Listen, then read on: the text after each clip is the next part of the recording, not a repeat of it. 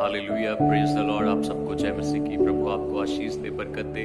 परमेश्वर का अनुग्रह आपकी जिंदगी में हमेशा बना रहे। एक बहुत ही अद्भुत वचन परमेश्वर ने दिया। मेरा विश्वास है कि आपको इससे बहुत कुछ सीखने को मिलेगा। परमेश्वर इस वचन के जरिए आपसे बात करेंगे। हालेलुया। जब आप लूका की किताब उसका 10वां अध्याय उसकी 38 आयत से 42 आयत तक पढ़ते हैं तो वहां पर दो बहनों के विषय में लिखा है, मरियम और मार्था के विषय में लिखा है कि मार्था जो है अपने घर में यीशु मसीह को बुला लेती है जब वो उस गांव से होकर के जा रहे होते हैं। और जब यीशु मसीह घर में आ जाते हैं तो मरियम यीशु मसीह के चरणों में बैठ करके यीशु मसीह को सुनने लग जाती है, उसके साथ बैठ जाती है, अपनी बातें उसके साथ बांटने लग जाती है, उसको सुनने लग जाती है। हालेलुया। लेकिन मार्था जो थी वो घर के अन्य कामों में लग गई थी, अन्य सेवा में लग गई थी। हो सकता है वो किचन का काम संभाल रही हो, कोई और काम कर रही हो। तो इसी बीच में जब वो काम करते करते बेचैन हो जाती है, परेशान हो जाती है, तो वो यीशु मसीह से आकर के कहती है कि यीशु मसीह तुझे कुछ चिंता नहीं, ये मरियम तेरे पैरों के पास बैठी हुई और मेरी कोई हेल्प नहीं करती, मेरा कोई कामों में घर के हाथ नहीं बटाती, जबकि मैं ये सब कुछ तेरे लिए ही कर रही हूँ। तो यीशु मसीह ने मार्था से कहा, हे मार्था, तू बहुत सी बातों की चिंता करती है और व्याकुल हो उठती है, लेकिन एक बात अवश्य है, जरूरी है, और वो बात यह है कि मरियम ने वो भाग चुन लिया जो उससे छीना नहीं जाएगा। हालेलुया। बुलाया किसने था?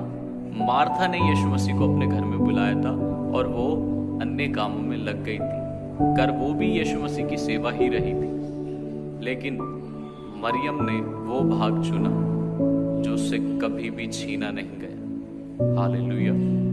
यहाँ पर परमेश्वर हमें क्या समझाने की कोशिश कर रहे हैं? यहाँ पर परमेश्वर हमसे क्या बात करना चाहते हैं? हमारे लिए क्या जरूरी है? परमेश्वर को हमने अपने जीवन में बुला तो लिया, अपनी सेवकाई में बुला तो लिया, लेकिन क्या हम परमेश्वर के साथ बैठ रहे हैं? क्या हम परमेश्वर के साथ समय व्यतीत कर रहे हैं? क्या हम परमेश्वर को समय दे रहे हैं? हालेलुया। अगर कोई आराधक है, वो आराधना करने के लिए आ जाता है, वो ढोलक बजाने के लिए आ जाता है, वो झांझ बजाने के लिए आता है, या फिर कोई अन्य इंस्ट्रूमेंट प्ले करने के लिए वो आता है। आप चर्च में दरिया बिछाते हैं या साफ सफाई करते हैं, ये सब सेवा का भाग है, लेकिन जरूरी क्या है? यहाँ पर सबसे इंपॉर्टेंट बात यहाँ पर क्या है? क्या हम परमेश्वर के साथ समय बिताते हैं? क्या हम उसके साथ बैठते हैं? क्योंकि परमेश्वर इन सारी बातों से बढ़कर के, हाँ, प्रचार करना बहुत जरूरी है, यीशु मसीह के बारे में लोगों को बताना बहुत जरूरी है, चर्च की अन्य सर्विसेज बहुत जरूरी है, लेकिन चर्च की उन्नति के लिए परमेश्वर के साथ समय बिताना, अपने प्रार्थना के कक्ष को मजबूत करना, ये हमारे लिए सबसे ज्यादा जरूरी है। आज हमें गौर करना है, क्या हम अन्य बातों में, अन्य चीजों में इतना व्यस्त हो गए? क्या हम प्रचार करने में इतना व्यस्त हो गए? क्या हम आराधना करने में इतना व्यस्त हो गए? क्या हम घर चर्च की क्लीनिंग करने में इतना व्यस्त हो गए? क्या हम फैमिली की जिम्मेदारियों में इतना व्यस्त हो चुके हैं कि आज हमने यीशु मसीह के पास बैठना ही छोड़ दिया? हालेलुया।